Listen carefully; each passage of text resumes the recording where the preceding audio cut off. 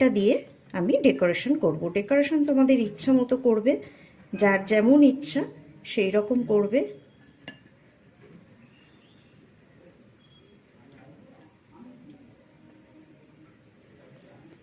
আমি চারদিক দিয়ে লাগিয়ে আগে একটুখানি দেখো এটাকে রেখে দিচ্ছি, কারণ এই দেখো এগুলো গড়িয়ে পড়ছে। আগে দেখবো এগুলো কতটা গড়িয়ে পড়ে, কত দূর অবধি যায়। তো এগুলো যতটা যাওয়ার চলে গেছে, এইরকম করেও ছেড়ে দিলে হয়। তবু এই জায়গাটা একটু ফাঁকা আছে বলে আমি এই জায়গায় আর একটুখানি দেখো দিয়ে দিচ্ছি। ডিজাইনও কিন্তু তোমাদের পছন্দ মতো তোমরা করতে পারবে।